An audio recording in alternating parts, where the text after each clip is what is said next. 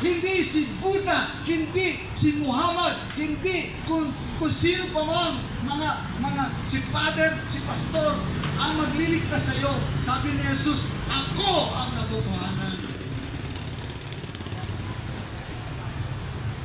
Bakit ba tayo mga tao, enjoy na enjoy kapag sinungaling ang nagsasabi sa atin, pero pag katotohanan na,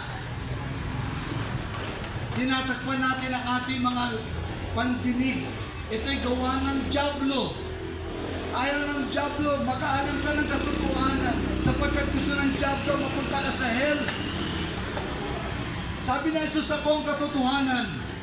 At sinabi ni Jesus, at ang buhay. Bakit sinabi ni Jesus siya ang buhay? Kapatid, kapag wala pa si Jesus sa buhay mo, kulang na kulang ang buhay mo. Si Jesus ang magkukumpleto ng buhay mo. Bakit marami mga tao mayayaman, subalit nagpapatiwakal sapagkat kulang ang buhay nila. Si Jesus lang ang buhay. Kaya sinabi ni Jesus, ako ang buhay. Sapagkat tinatanong ng mga tao, ano ba kahulugan ng buhay ko? Bakit pa ako nandito sa lupa? Bakit pa ako? Ano bang purpose ko sa buhay?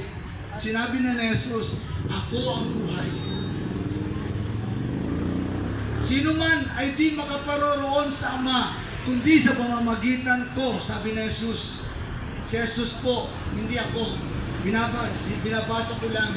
Si Jesus yung nagsasalita, sabi niya, sino man ay di makaparoroon sa Ama, kundi sa pamamagitan ko.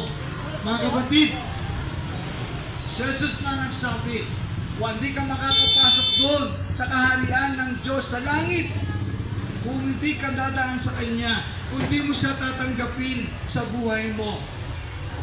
Pagsisiya mo yung mga kasalanan, tanggapin mo si Jesus bilang Panginoon tagapagligtas mo. Kung gusto mong pumasok sa kaharian ng Ama na nasa langit, sa pangalan ni Jesus. At mga kapatid, binabanggit din sa salita ng Diyos sa Mateo 24:37, at kung paano ang araw ni Noe, kaya hindi naman ang pagparito ng anak ng tao. Kung paano daw po yung panahon ni Noe. Alam ng mga bata ito, kahit mga bata alam ang istorya ni Noah o ni Noe, kung saan ay bumaha sa sanlibutan, 40 araw at 40 gabi, walang patid na ulan. Mga kapatid, kamakailan, naranasan natin yung bagyong Karina at habagat. Amen. At apektado tayong lahat.